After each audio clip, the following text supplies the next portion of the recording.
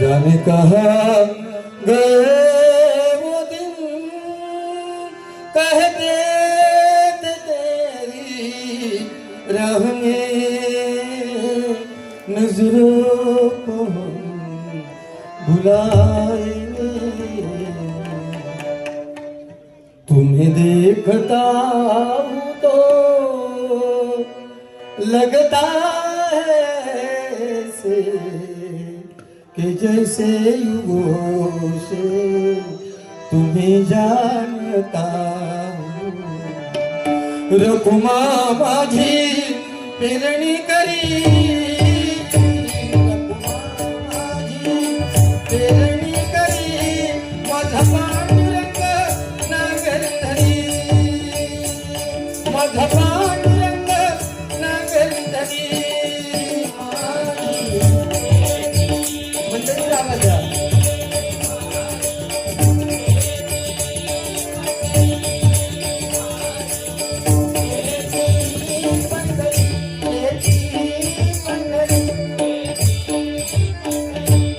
मन लागो रे लागो रे, मन लागो रे लागो रे, मन लागो रे लागो रे, मन लागो रे लागो रे, मन लागो रे लागो रे।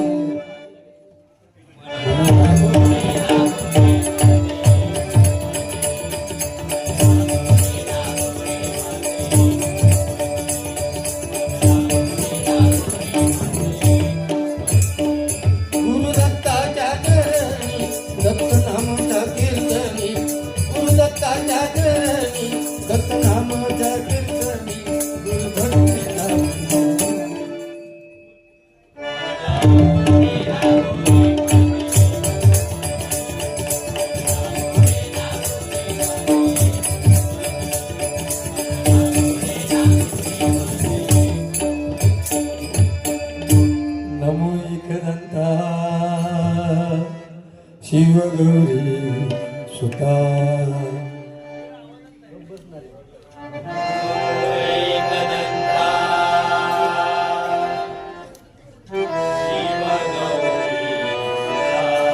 तुझिया चरणी ठेवितो माथा,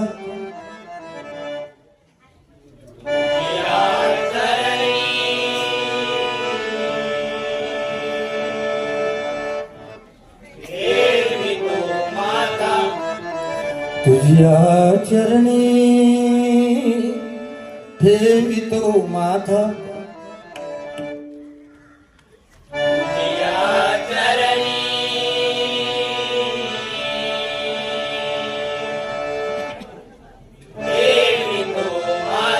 तूच करता आणि करविता, तूच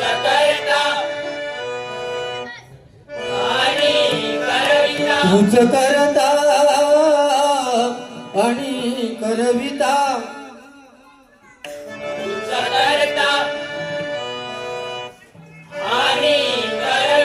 शरण आलो मी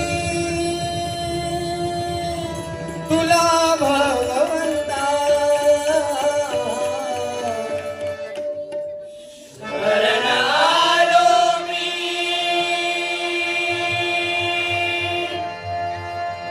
तुला भगवंता। गौर रूप हे तुझे पाहता,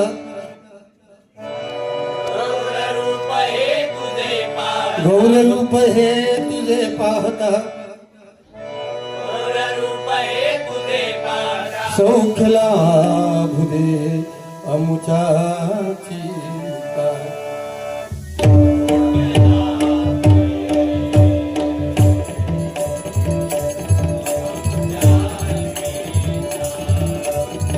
सौख्यला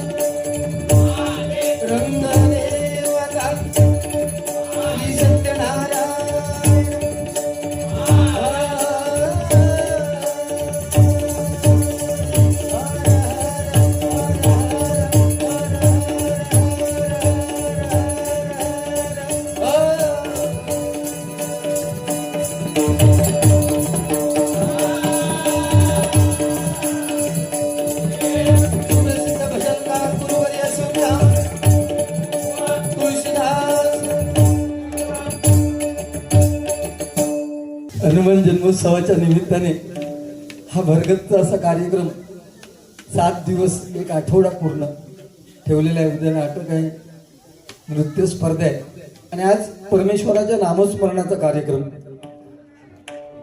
आणि त्या निमित्ताने हा डबलवारीचा सामना आयोजित केलेला आहे. कारण हे कलियुग आहे आणि ह्या कलियुगात नामस्मरण फार गरजेचं आहे. लक्षात घ्या, सत्य, त्रेता, द्वापार आणि कली सत्ययुगात जर परमेश्वराच्या जवळ जाण्याचा मार्ग शोधत असतील तर त्याच्यासाठी हजारो वर्ष तपश्चर्या करायला लागायची, तेव्हा कुठेतरी परमेश्वर भेटायचा.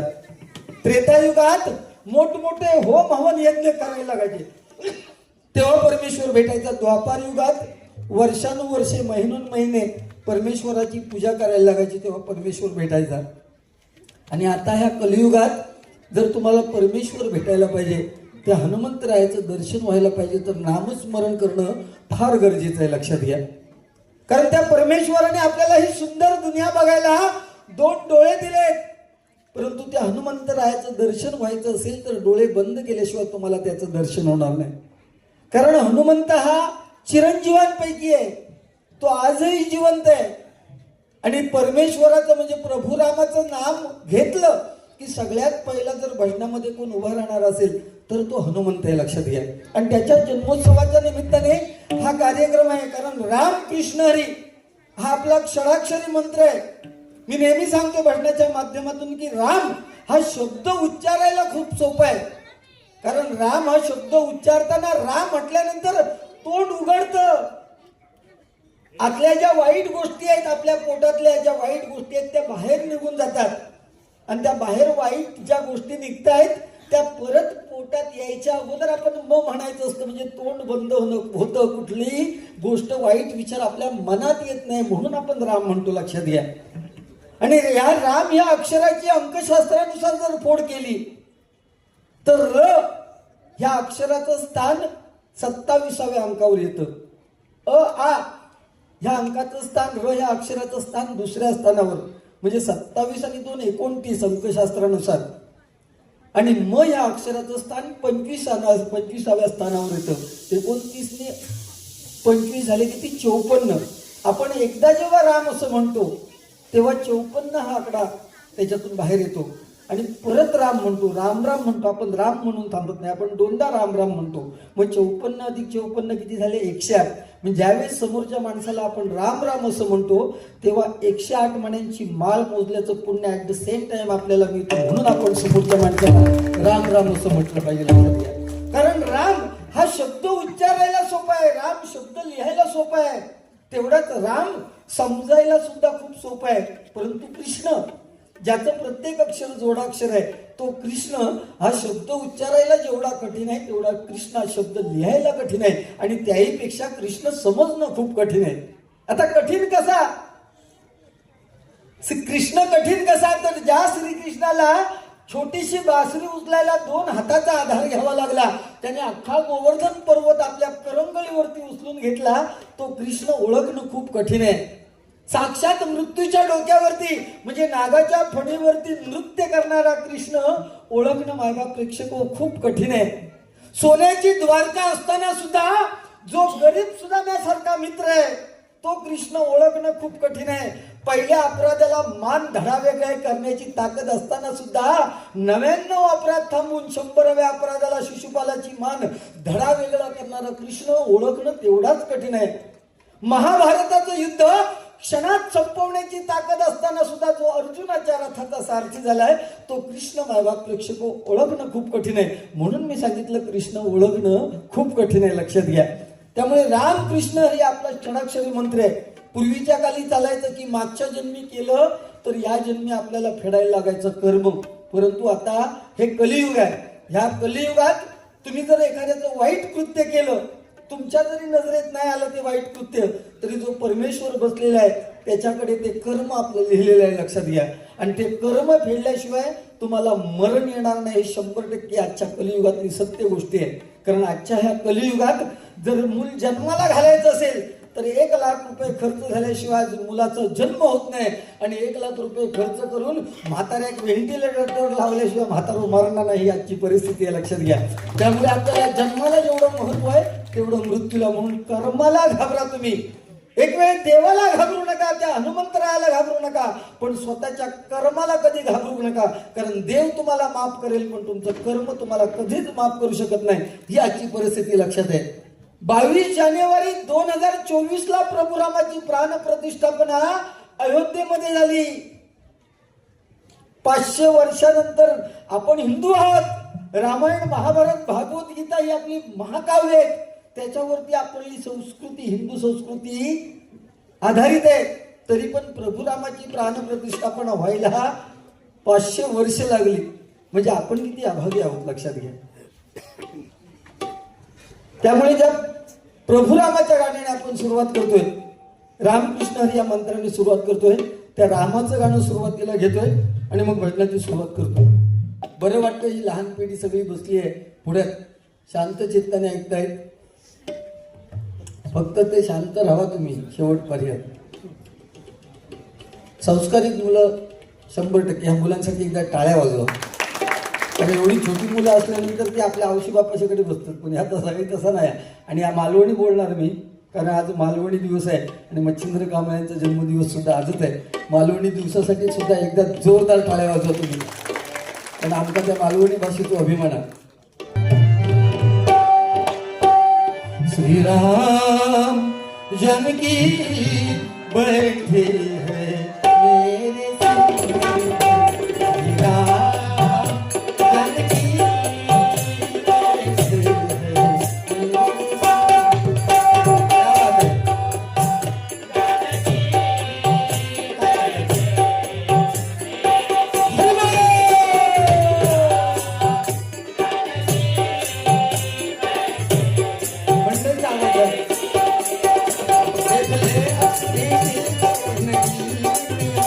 मेरे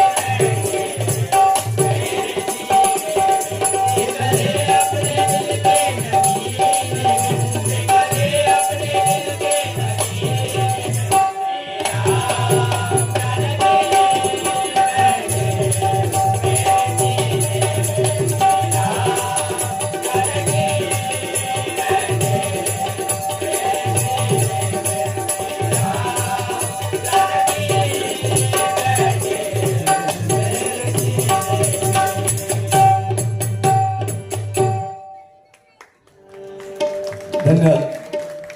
टाळ्या महत्वाच्या आहेत कलाकाराला, कुठलाही कला, ते असतील मी असतील, त्याच्यामुळे जरा हुरूप येतात. एक वेळ पैसे तुम्ही देऊ नको. त्या मंडळाने पैसे जेवढे आमची बिदागी आहे तेवढे भरपूर पैसे दिले, कारण मंडळ त्या पद्धतीत हा त्या जय जवान मंडळाचं संपूर्ण महाराष्ट्रात नाही जगभर त्याची नोंद केलेली आहे गिनीज बुकात. त्यामुळे त्यांच्याकडे पैशाची काय कमी नाही आणि आमच्या त्यांनी पैसे काही कमी दिलेले नाहीत. ठीक आहे, काय आहे भारी आहे. तुम्ही म्हणाल की बुवाना बोलायची काय, मला वाटत नाही की बुवाना काय बोलायची गरज आहे, कारण माझ्याकडे देण्यासारखं भरपूर आहे. त्यामुळे युट्यूबच्या माध्यमातून हा कार्यक्रम जगभरात संपूर्ण पोहोचणार आहे. कारण नामाविन मुख सर्पाचे ते बिळ, आपल्याला परमेश्वराने तोंड दिलंय, या मुखातून जर नाम निघालं तर ते तोंड बरोबर आहे, नाही तर सापाचं होल म्हणजे भॉक सापाचा आणि आपला तोंड एकसारखे लक्षात घ्या. बुवा सुद्धा खूप छान, खूप दिवसांनी मला त्यांची माझी बारी होते. खूप छान भजन करतात, खूप छान बोलतात, समजेल आपल्याला.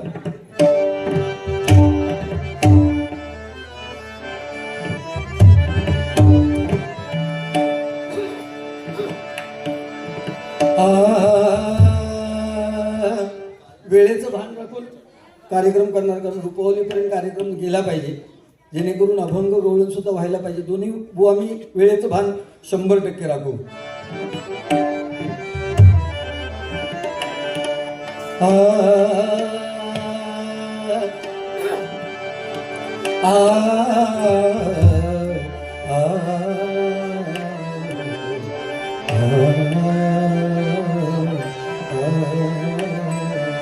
अमृताहुनी गोड नाम तुझे देवा, नाम तुझे